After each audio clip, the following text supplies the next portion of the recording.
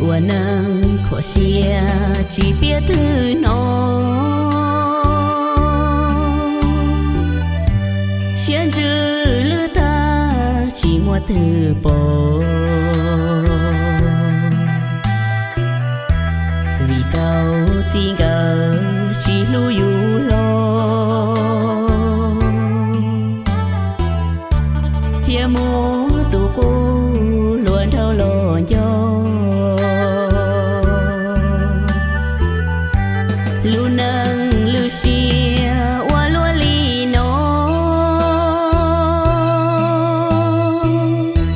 tu cô luôn thâu có bùa bao thâu khu si chi hơ ya tha thâu lo bao lì nôn tơ chia cụ sai có我能扩写几天的包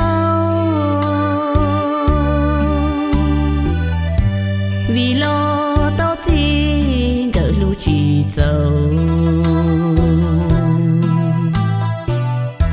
lưu xia thiên gió sân thơ ya thâu khu si thiên gió có nó cơn gờ